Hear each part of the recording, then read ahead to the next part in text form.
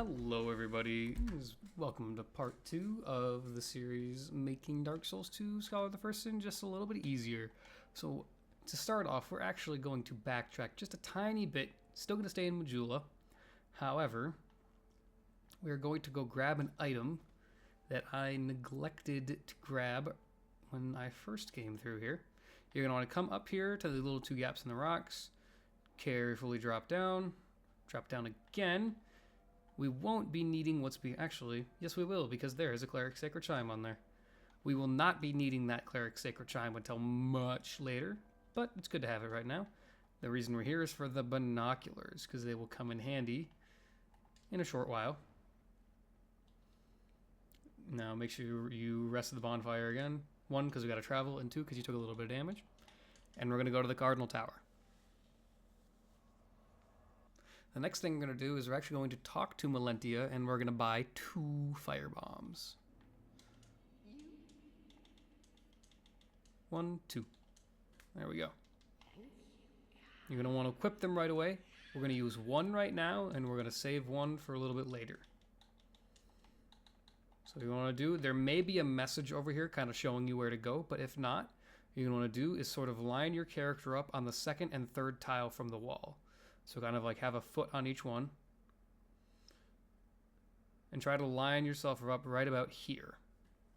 You're going to be looking straight down to the top of your character's head and throw a firebomb. And you'll blow a hole in the wall.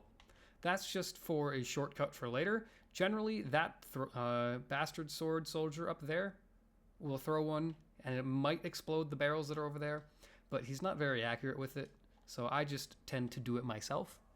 It's just 200 souls that will make back pretty easily. Next thing we're actually going to do is go upstairs. Now, this is an example of a door that you can punch and break. A lot of wooden doors you can break like this. If the door is clearly damaged, like this one is, you can break it. But not all doors can be destroyed in this game. There's a crystal lizard in here. You're going to want to kill it to grab the 2 titanite shards. And you're going to want Radiant Life Gem. The hand axe is just kind of gravy, I guess. The item over there is just a helmet that is really not very good, so we're not going to pick it up. And just speaking on armor in general, usually it is not a good idea. Well, actually, pretty much it is never a good idea. Not usually, it pretty much always is never a good idea to stack physical defense in this game. Just because physical defense doesn't do that much in a player versus enemy environment. It's something like 100 points of physical defense reduces damage by like a single point or something like that. It's pretty insane. I'm sure that's not exactly what it is, but generally the only thing you got to remember is it's just not worth stacking physical defense. So you're not going to see me have any really heavy armor equipped during this run. It's better to have armor that has special effects like extending buff duration or giving a small critical chance or giving extra casts or replenishing cast spells, stuff like that. That is more important than stacking up defense. Elemental defense is a little bit better, so if you're really struggling with an elementally focused boss, like a boss that mainly does magic damage or something like that, you can try to stack a little bit of magic defense, but generally when it comes to physical defense, you're not going to want to do that. In fact, pretty much never are you going to want to do that. We're going to come down here. Make sure you take out this guy. Don't run out of stamina like an idiot. Now we're going to make sure, not the hand axe, make sure you have your binoculars equipped. Because we're going to try something funky. Is this going to work? I have absolutely no clue, but it is worth a shot. What you're going to want to do is use your binoculars, center right there, cast a soul arrow. Okay. Look, unfortunately, there's an archer up there. This is not something I've tested yet. This is just something I'm kind of trying to get to work. That was really bad. It's not going to work, so don't do that. We picked up the binoculars for almost nothing. Luckily, they can come in handy a little bit later with sniping some enemies with soul arrow. Unfortunately, for that specific use case, not super useful. But we can, however, use it again over here for this hollow. And maybe now we're close enough for this hollow. A little bit to the side. You will probably be getting shot with arrows this entire time. Don't worry about it. Oh, now he's going to come this way. Whoopsies. That's just to make the travel time for this next area super easy. Also, be careful that you don't go past this set of barrels when you come up here, or else that turtle knight or that ironclad knight may aggro. And he's no bueno. You don't want to mess with him. These spear knights are the bane of my existence. Generally, what you want to do is stay back, wait for them to do an attack. If it's their 3-poke combo, wait for the 3rd poke, because the 1st and 2nd come out really fast, but the 3rd is really slow. And then try to punish from there. We want to destroy these barrels before the ironclad gets here, because the ironclad can actually detonate those barrels, and he's really annoying when he does it. Generally, just one hit and roll away. You only need to kill him in 3 hits anyways, because he's armored, so he takes extra damage from strike. Now we can kill this guy. And we're going to go back down. He's still going to be alive. If you didn't... He may or may not be alive, I should say. And he's going to lord over us. And now he's dead. Again, you'll probably be getting shot throughout this. As long as you don't get headshot, not a big deal. If you get headshot, though, oof. Luckily, we've cleared out the big problem in this area, which was those two, that spear knight and that sword and bow knight. Because they would be standing right about here, and they'd be making your life a whole lot worse. But without them, just come over here, jump over, and come down here. When you come into this tunnel, wait before, don't cross here, because there's a boulder. Grab the effigy. And we're going to go talk to Kale. Kale with a C, not a K. He's not a vegetable. Well, with how addled his mind is, he may as well be a vegetable, but I think that's politically incorrect, so I'm not going to continue to call him as such. You can listen to his dialogue if you want. I'm not going to, because I've heard Kale flap his gums way too many times. You could use Soul Arrow here, except you're just going to get into a long-range duel with this guy and just lose unnecessary amounts of health. So I just generally go up and smack him. He dies in 2 hits anyways. And come back and go up this ladder. Now, one quick thing about stamina management in this game. I mean, stamina management is always important no matter what Souls game you're playing. But in Dark Souls 2 specifically, when you run out of stamina, you actually cannot sprint until a few seconds after your stamina bar refills, which is really just going to hamper your movement unnecessarily. So do not let your stamina run out ever, pretty much is my advice. So now, actually, I'm wondering, we should be able to snipe this guy. Center. So there's no reticle, but you're essentially going to want to center them in your field of view. Fire a soul arrow and see where it goes. If it hits him, cool. If it doesn't hit him, adjust a little bit. Put some, put a little bit of windage on it, which is just fancy speak for adjust your aim. And go from there. And come down here. And grab the Titanite shard. Now I'm going to admit to all of you, generally, I just straight up run in with whatever melee weapon I'm using into this specific area and just go for it and pray to God I don't get headshot. But since we have Soul Arrow, we can abuse Soul Arrow as I've been preaching this entire time. And we can make our lives just so much easier. Now, when you were up here before, you might have seen this ladder. Do not touch this ladder. Do not climb this ladder. Don't do anything with this ladder. Because if you do something with that ladder, you're going to spawn the pursuer that gets dropped in over there.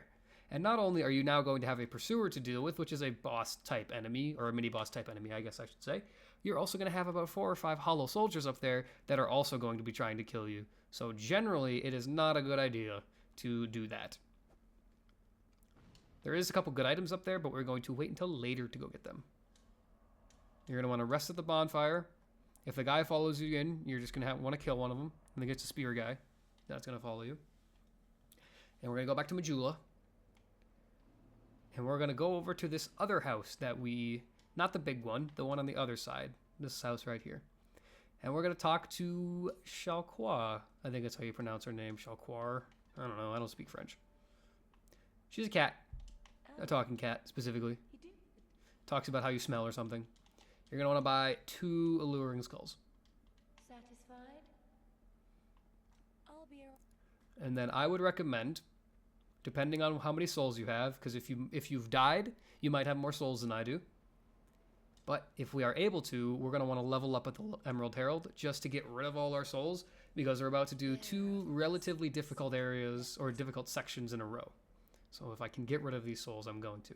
Yeah, so if you can get rid of souls, the first thing we want to do is get 13 attunement. That's for our second spell slot, which we're going to use here in a little bit. And if you still have more, your next goal is going to be get 12 adaptability, and I will explain why next time we level up. But right now, I just got 13 attunement. If you're relatively at a similar solo amount that I was, you should have that, maybe a point in adaptability. If you couldn't get a level, don't worry. This should work out just fine, but you might die, so we're just prepping in case. Come over here, abuse your soul arrow a little more. And abuse it even more. Magic in this game is stupid. And go down the ladder. Now, like I said, we're going to do 2 relatively tough segments in a row. That's why we grabbed some alluring skulls, and that's why we used all of our souls. Now, the first one is this room right here. Once you go in here, you're going to want to cut an immediate right. There's going to be a guy with an S-stock, and there's going to be a bunch of ballistas shooting, and then there's going to be 3 more guys on your butt. So essentially, you're going to get ganked by 4 people.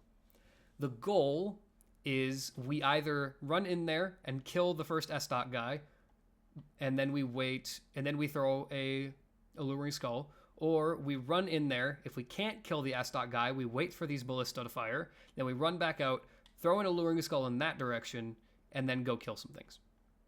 I have also never actually done this strat. I just thought of it as I was sitting down to record, so we're going to see how it goes.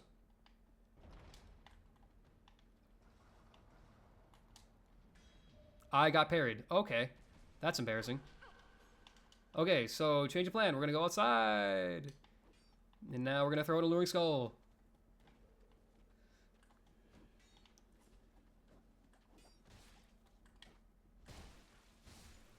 See? Down 2.5 dudes. If you don't get parried over there, your life's going to be so much easier.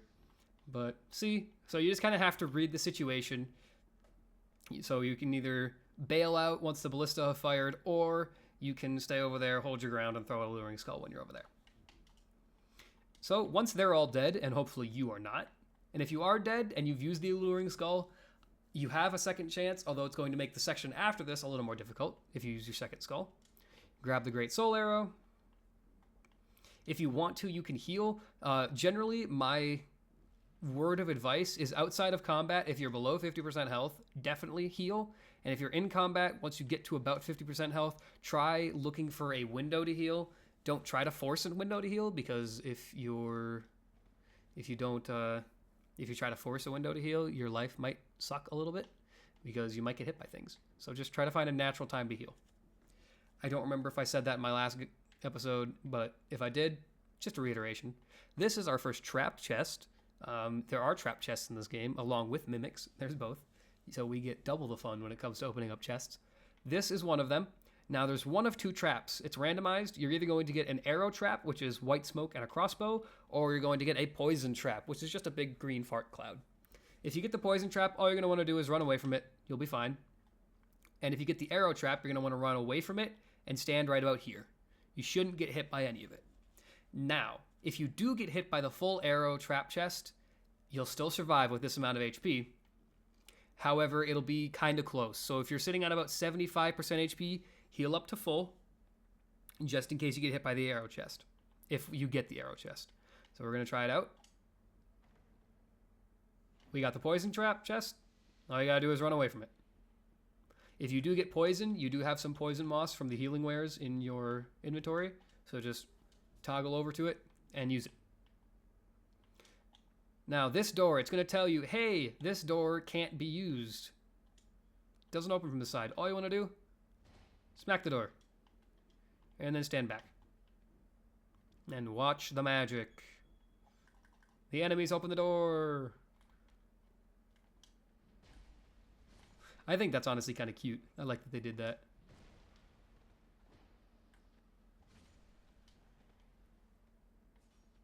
Again, 3-hit combo. Wait for the third stab. Go in. Punish. Those Spear Knights can be very punishing until you kind of learn what they do. And even then, they still kind of suck. Come in here, grab the chest.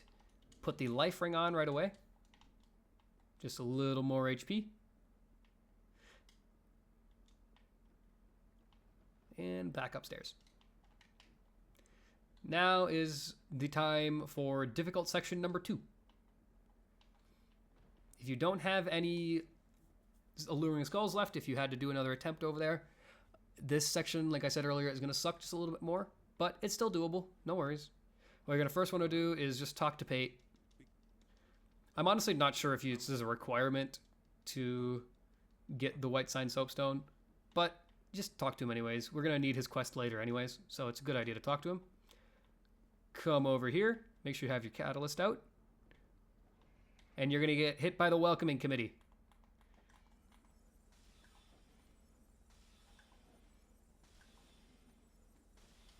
Now you're going to do throw a skull. You still might get hit by some things. Kill these knights first. Kill the ones in red with the big weapons. Then you can focus on these guys.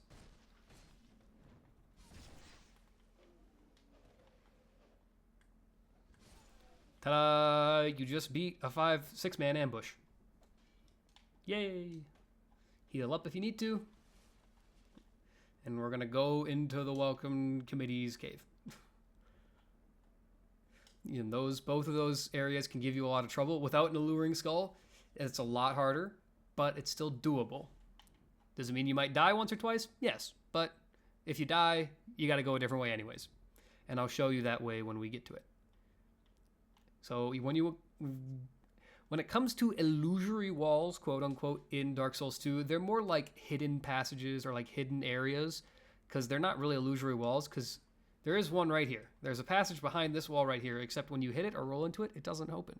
What you have to do is press interact, your interact button, which is A on my controller, and it opens it up.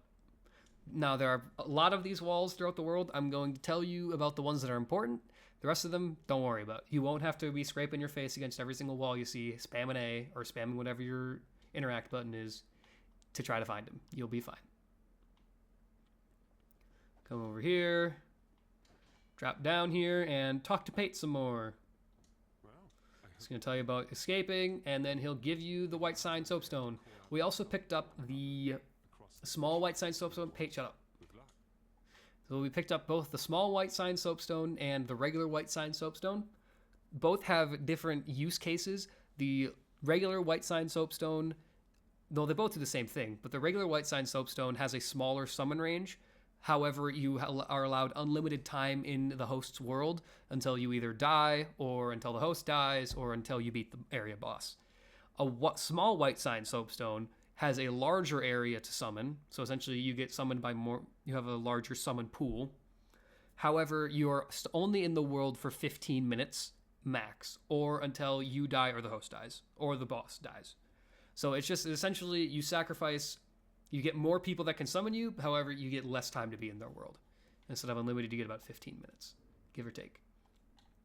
Now, we still have one firebomb left. What we want to do is just kind of haphazardly throw it in that direction, and it should make a really big explosion. There are some firebomb throwers up there. Don't worry about them. That area is pretty much useless, so kill this guy. Now, if you die to that ambush behind the gate, you're going to want to come over here and go up this ladder. Once you go up this ladder, I'm not going to do it, but you can see that you can go over here and you can walk up towards that cart. All you got to do is like break the cart and you'll be fine. And then you can go around behind the welcoming committee and you can kill them from there. So it's just a little bit of a different way. It's a little off the beaten path, but it still gets you to the same place. You can still pick up the aromatic ooze and you can still open up the illusory wall. Come over here, kill these guys. With the halberd guys, the key is wait until they do their full combo. Because that third hit can roll catch you. So I would wait until the third hit comes down, then approach. If you approach earlier, you risk getting caught and it hurts. And we come over here. Now, you can either use Soul Arrow to kill these guys, or another fun way for your future endeavors in Dark Souls 2 is if you don't have Soul Arrow to abuse, you can use throwing knives. You get 10 of them from a pickup in the world. The hollow infantry, I should say, drops them all the time. They're just kind of abundant. And also Melentia sells them for 100 souls each. Now, there is an Ironclad over here. I would honestly recommend fighting this guy. You don't have to. But he gets you more used to their moveset. And you're going to be fighting more of these guys in the future. So I think it's worth. Remember, their 3-hit combo can be 4 hits. And their 4-hit combo can be 3 hits. So just play it safe. There is an item up there. We are not going to grab it because there's an ambush when we go up there. And plus, it's just a halberd. That kind of sucks. So we're not even going to bother. We are going to backtrack because I forgot to pick up this item, though. It is just a life gem and a homeward bone. But more life gems are always a good thing, right? Actually going to dequip those because we won't be needing them. Through the fog wall. Still not a boss, though. Boss is close, though. Boss soon. Now, don't run out of stamina like an idiot. Wait for your stamina to recharge if you've been running for a little bit. You know, like I said earlier, stamina management is important, and I still suck at it, but, you know. I just want to hit things. Now, is it an excuse? No, but it is a reason. Do not miss these. Pick up the fire arrows. They will come in handy later. Open this door up. And upstairs. We're going to the bonfire again.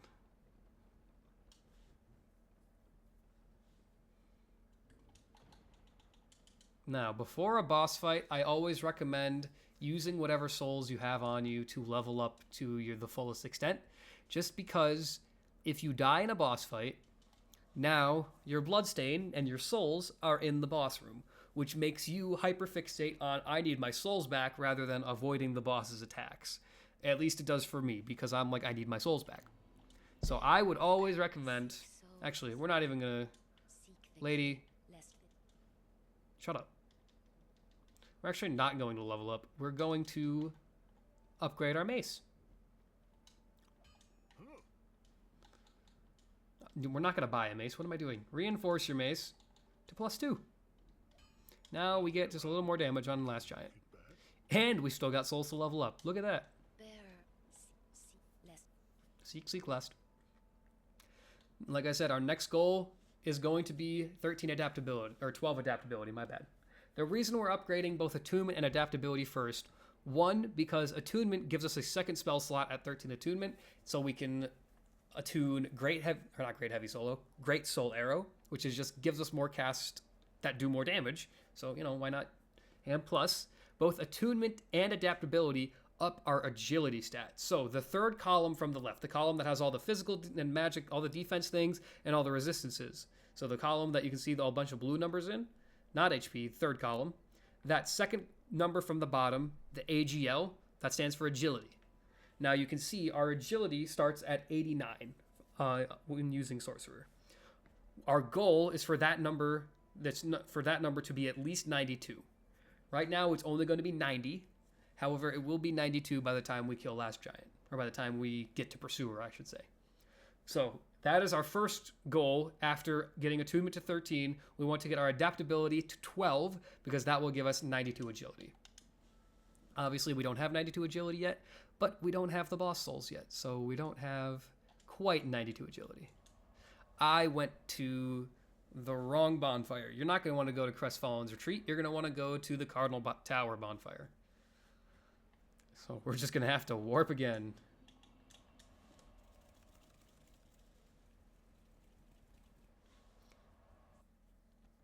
So I am going to admit to you full out, I am not the best when it comes to verbally explaining how to beat bosses.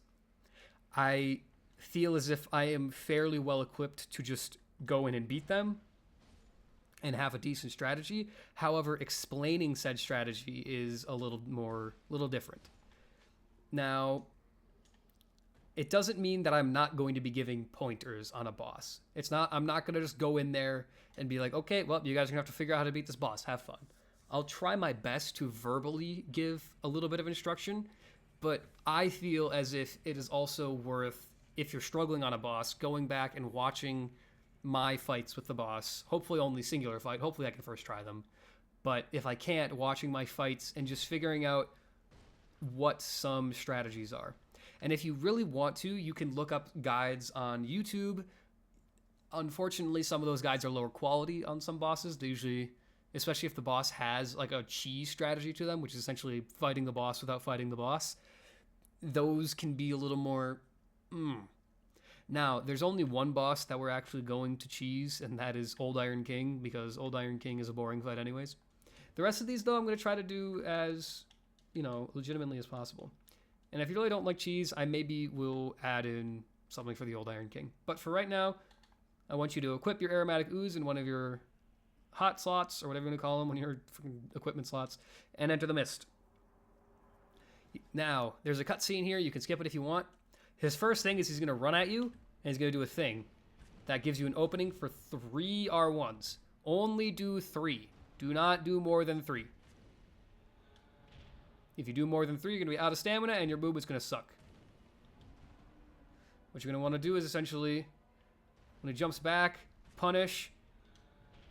He's going to do a lot of arm swipes. He might do some stomps. If he does a stomp, you can either roll away from it, or you can try to get over to his other leg, like this.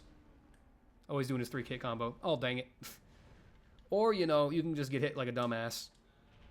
Again, you're below 50%. Find a time to heal.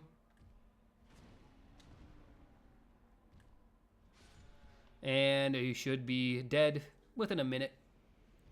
If you're really unsure about Last Giant, what you can do is hit him once or twice, and then run away, like to the opposite side of his arena. And then he should, eventually turn around and start walking at you. And at that point, you can run in and hit him again, because generally when you're in front of him, he's going to do something with his arms. And when he does something with his arms, it leaves his legs open, clearly. So that's just a really safe strategy, is getting a hit in and then running away, and then getting a hit in and then running away.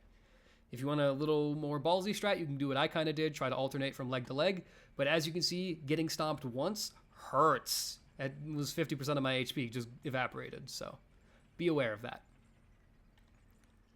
So now, we are actually not going to go and spend our souls at the Emerald Herald to level up. We're actually going to buy a bunch of stuff from Melentia. Because if you spend 10,000 souls in her shop, she will give you a ring that increases your soul gain by 20% or whatever it is. So we, so far, have bought the Lennygrass Key, which is 1,000 souls, and we've bought 2 Fire Bombs, which is 400 souls. So we need 8,600 more souls. So, first thing we can do is buy all of her human effigies. That brings us to 89,000 souls spent, or 8,900 souls spent. So you can buy another... So if you can buy two throwing knives, and then all of those. You can buy all of the life gems she offers. Now that, so 47, so that's actually, I actually overspent there, but that's okay. Just do what I did, but so all of the human effigies, all of the life gems. You don't need to buy 2 throwing knives. I guess I messed that up, but that's okay. If you overshoot, that's fine. Just try to get as close to 10,000 as possible, just to be efficient. But you can just do what I did, and it works out just fine. We just overshot by 1,000, roughly. It's also worth just buying all the life gems, just because it's life gems, and life gems are good. And then you're going to want to talk to her a bunch. The first thing she'll do is she'll give you the ring, and then eventually she'll say it's high time for her to pick up and move. And then we can go back to Majula. And she will be at Majula waiting to greet us. And at that point, she'll actually sell infinite life gems, so she'll be someone we'll be talking to a lot. Hopefully not a lot, but we'll be talking too often. So next we're going to do is we're actually going to eat the soul of the last giant. Now, generally, eating boss souls is not a super great idea if you don't know what they offer you, because often actually pretty much all boss souls have a boss weapon or a boss spell tied to them, sometimes more than one boss weapon. Unfortunately, the last giant soul has no good weapons that are tied to it, so we can just eat that right up. And we're going to spend it all on, not all on adaptability, but like I said, 12 adaptability to get our 92 agility. And then our next goal is 20 vigor. Now, I know our vigor's only up to 7 right now, but we're going to be getting up to 20 real soon. Now you're going to want to go back to Cardinal Tower. This should be the last time we really need to go to Cardinal Tower. However, not quite, because I think we'll be coming back one more time, at least. But yeah, Malentia's gone. She was over in the, if you saw her, she was kind of over sort of where you come in from to Majula from Things Betwixt. But our next goal is to go fight Pursuer. Now, Pursuer is a bit of a different beast. Pursuer is much faster than Last Giant and doesn't hit as hard, but Pursuer has combos where the Last Giant just hits you once and yippee, yippee, yay, some sort of stuff, you know? So it is generally a better idea to play it more safe with Pursuer. We do have 92 agility, which means our dodges are decent. They're not the most amazing in the world, but they're enough to where you won't really have too much issue dodging his stuff. However, it still can be a little tricky. There are still a few attacks that can be a little weird. Namely his grab, which is fairly infamous amongst the Dark Souls 2 community as being quote-unquote a bad hitbox. Unfortunately, it's less about a bad hitbox and more about it just being an early game boss, so your agility isn't that high. The Pursuer hitbox is actually very accurate to the sword. There's several joke gifs around the internet of people walking slightly to the left or slightly to the right of the Pursuer grab and them not getting hit. I will admit I have one saved on my phone because I think it's absolutely hilarious, because listening to people say something Pursuer hitbox and then being able to show them that the Pursuer hitbox is actually really accurate is funny to me because I'm a know-it-all.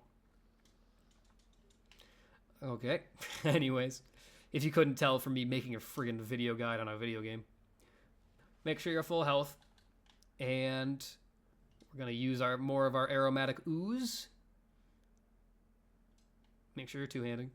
And we're going to fight Pursuer. There's going to be another cutscene. Feel free to skip it. Here's Pursuer. He's kind of cool. Now, that attack right there, his charge, that is the best time to punish anything he does.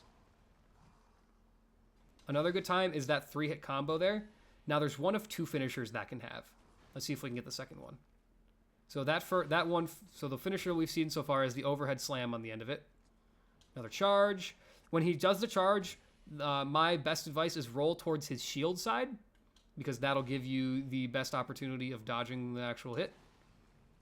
When he does his stab, if you're within range of his stab, you want to roll to the side. Do not roll into the stab. Do not roll away from the stab. Roll to the side of the stab. Because if you roll, ouch. If you roll into the stab, more likely than not, you're going to get caught. And if you roll away from it, you're probably going to get caught by the hitbox. But if you roll to the side, there's less of an opportunity. That right there was the second option he has from his 3-hit combo, is sort of like an overhead spin sort of thing. And so you just saw the 3-hit combo with both options at the end of it. Again, stab, try to get out of range. If you really need to, roll to the side. However, I would just recommend kind of hanging back. You can see I'm sometimes going for 2 hits on the punish. If you're really unsure, just go for 1 hit on the punish. Because sometimes if you miss, that means you'll be really low on stamina. And if you're low on stamina against Pursuer, he can really easily punish that. So, yeah, but if you take it slow and you're safe about it, you shouldn't be an issue. I forgot to equip the Covetous Silver Serpent Ring. Well, once you got the ring, hopefully you equipped it. If you didn't, we lost out on 4,000 souls, which is a decent amount in the early game, but it's not the end of the day. If we didn't get it, we didn't get it. So, Another thing you want to put on is the Ring of Blades that Pursuer just dropped. If you remember back to the first video, you're going to want to have a Ring of Blades on as soon as you can for as long as you can, aka never take it off. The only time you really should take off your Ring of Blades is if you get the Ring of Blades +1, or when you get the Ring of Blades +1, I should say. And the only time you should take off Ring of Blades +1 is if you get Ring of Blades +2. And then you should just never take off Ring of Blades +2 because it's the best version of the ring. So after the fight, you're going to want to come over to that nest, get abducted by a bird, watch some stuff, and then open up both these chests and grab what's inside of them.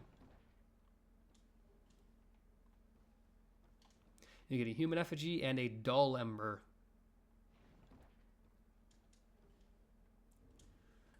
Now, while we're here, you're going to want to use both the Soul of a Nameless Soldier we picked up and the Pursuer Soul. Again, the Pursuer Soul gives you access to the Pursuer's Great Shield and the Pursuer's Ultra Greatsword, both of which are pretty meh.